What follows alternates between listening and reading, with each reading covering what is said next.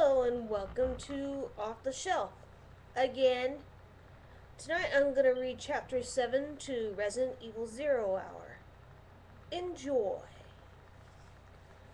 They walked back down to the lobby floor, Billy glad that she'd agreed to keep cooperating. This place, whatever it was definitely bad news. She was inexperienced, but at least she wasn't nuts. We should split up, Rebecca said. Billy barked a laugh, one entirely devoid of humor. Are you nuts? Haven't you ever seen a horror movie? Besides, look what happened last time. We found that key to that briefcase, if I remember correctly. And what we need now is a way out of here. Yeah, but alive, Billy said. This place has hostile territory written all over it. I suggested a truce in the first place because I don't want to die. Get it? You've taken care of yourself pretty good so far, she said. I'm not saying we go get in trouble. Just open a few doors is all. And we've got radios now. Billy sighed. Didn't the stars teach you about teamwork? Actually, this was my first mission, Rebecca said. Look, we take a look around, call if we find anything. I'll head upstairs, you check down here. If the radio sprits out, we meet back here in 20 minutes. I don't like it. You don't have to, just do it. Sir, yes, sir, Billy snapped. She wasn't lacking leadership tendencies, he'd give her that. Although maybe it wasn't so hard to order a convicted felon around when you worked for the law. How old are you, anyway? I like to know I'm taking orders from someone more mature than your average Girl Scout. Rebecca shot him a scowl, then turned and went back up the stairs. A few seconds later, he heard a door close. Well, Billy looked around the lobby. Eeny, meeny, miny, mo, Billy said, turning to the left wall. He didn't want to go it alone. He'd rather have backup, but it was probably better this way. If he found an exit, he could take his walk, after all. Call her to say goodbye on his way out. Leaving her behind wouldn't make him feel so hot, but she could hole up and wait for rescue. She'd be all right. He had to keep his continued health in mind. If any other stars showed up, or the RCPD or the MPs, he'd be on his way back to Ragathon in a heartbeat. He pushed the thought away, stepping up to the door. He'd been pretty screwed up since his sentencing, filled with rage and anguish in equal parts. Since the Jeep wreck, he'd been able to put his date with death out of mind, a necessity if he wanted to be able to think clearly. He had to keep it up. Let's see what's behind door number 1, he mumbled, pushing the nondescript door open, and tensed, raising the handgun, taking aim. It was a dining room, one that once been quite elegant. Now there were 3 infected men wandering around the trashed dinner table in the center of the room. All 3 were turning toward him. They all looked like zombies, their skin gray and torn, their eyes blank. One of them had a fork sticking out of one shoulder. Billy quickly closed the door and stepped back, waiting to see if any of the creatures could manage a doorknob, the emptiness of the lobby weighing on his back like a cold stare. After a few beats, he heard a shuffling against the wood, the low, frustrated cry, the sound as mindless as the zombies seemed to be. Well, the house, training facility, whatever it was, had been infected just like the train. That answered that question. He grabbed the radio, hit the transmit button. Rebecca, come in. We've got zombies. Over. He thought about the giant scorpion thing and shuddered, hoping that zombies was all they had. There was a pause. Then her youthful voice crackled out. Copy that. Do you need help? Over? No, Billy said, annoyed. But don't you think we should reconsider our plans? Over? This doesn't change anything, she said. We still have to find a way out. Keep looking and let me know what else you find. Over and out. Great. Wonder Girl was sticking to the plan, so door number 2, unless he wanted to take his chances with 3 of the things. He turned and walked across the room, telling himself it would be a waste of ammo, which was true. It was also true that he didn't want to shoot sick people, no matter how deranged, and that the zombies were seriously freaky, and if he could avoid them, he would. He pushed the second door open, held it, his senses on high. It opened into a plush hallway that led along to his right. Turning not far ahead, there was no sound, no movement, and it smelled like dust. Nothing more ominous. He waited a moment, then stepped inside, letting the door settle closed behind him. He crept down the hall, his steps muffled by thick carpet, leading around the turn with his weapon, letting out a breath when he saw that it too was clear. So far, so good. The hall continued on. Turning again, there was a door on the left he could try. Billy pushed the door open and smiled at the empty bathroom, at the row of sinks that he could see from the door. That reminds me, he said, stepping inside. He checked the room quickly. Sinks lined 2 walls of the U-shaped room, 4 toilet seats lining a third, discreetly out of sight from the door.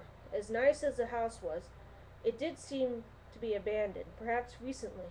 One of the stall doors was hanging off its hinges, the toilet seat fractured, and there were a few odds and ends scattered across the floor. Empty bottles, potted plants, unlikely to be debris for a bathroom. There was even a plastic gas tank in one of the stalls. On the other hand, there was relatively clean water in the bowl, which, considering the urgency of his visit, was good enough for him. He was just zipping up a minute later when he heard someone step into the bathroom. A single step, then a long pause, then a second step. Had he closed the door? He couldn't remember, and silently cursed himself for the slip. He pulled his weapon and pivoted on the balls of his feet, moving silently, easing the stall door open. He couldn't see the door from where he was, but he could see part of the room reflected in a long mirror above the sinks. He kept the handgun level and waited. A third step again, and again silence. Whoever it was had wet feet. He could hear the soles of his or her shoes coming off the floor with a squelching sound, and on the 4th step he saw a profile in the mirror and stepped out of the stall, feeling a strange mix of horror and relief as he readied himself to fire.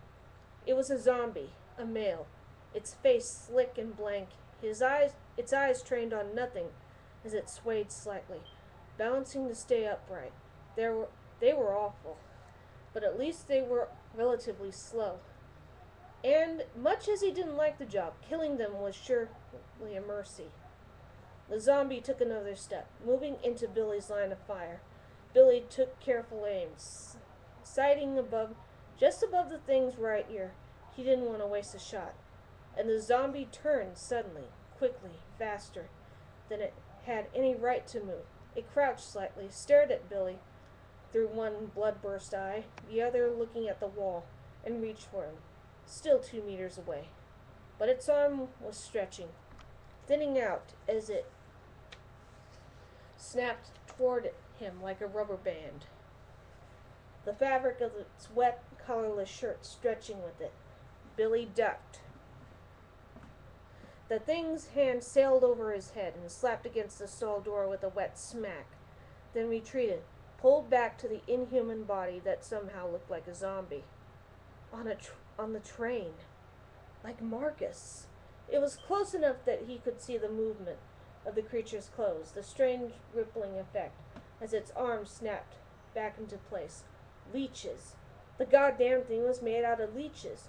And as it took a step closer, Billy stumped backward into the stall, firing into its wet and meaty face. It hesitated, black ooze sliding from the wound that appeared just below its left eye. And then the wound disappeared, the faux skin gliding over it. The leeches resituating themselves, healing themselves. It took another step forward, and Billy kicked the stall door closed, slamming it, and holding it with one boot, running through ideas and discarding them as fast. Call for Rebecca. No time. Keep shooting. Not enough bullets. Run, it's blocking the way. Billy hissed in frustration, and his frenzied gaze fell on the red plastic gas can on the floor. He threw himself forward, blocking the stall door with one shoulder, as he dug through his right front pocket. There, under one of the rifle shells, he pulled out the lighter he'd taken from the train, thanking God for it, and bent down, scooped up the gas can, the loose handcuff banging against the plastic. It wasn't quite half full. Jesus, I hope that's gas. The stall door was struck as though by a battering ram. Billy bounced off and then threw himself forward again, unscrewing the lid of the container with one shaking hand, his shoulder aching. The creature was strangely, horribly silent as it again charged the door, slamming into it hard enough to dent the metal. The dizzying scent of gasoline filled the tiny stall. Billy snatched at the toilet paper roll on the wall, jerked it free, and the door smashed open, blowing off its hinges by another powerful, inhuman blow. The creature stood there, swaying, its one strange eye finding Billy and targeting him. Billy targeting him. Billy upended the can as he pushed himself to his feet, sloshing gas on himself. He thrust the can forward, pouring it onto the thing's chest. The reaction was immediate and repulsive. The body began to writhe, to tremble, and a high-pitched squeal erupted into the room. Not one voice, but 1,000 tiny creatures screeching as one. Thick, dark fluid began to run from seemingly every pore of its face and body. Billy gave it a solid kick and staggered backward, still cohesive, still squealing, the sound piercing in the small room.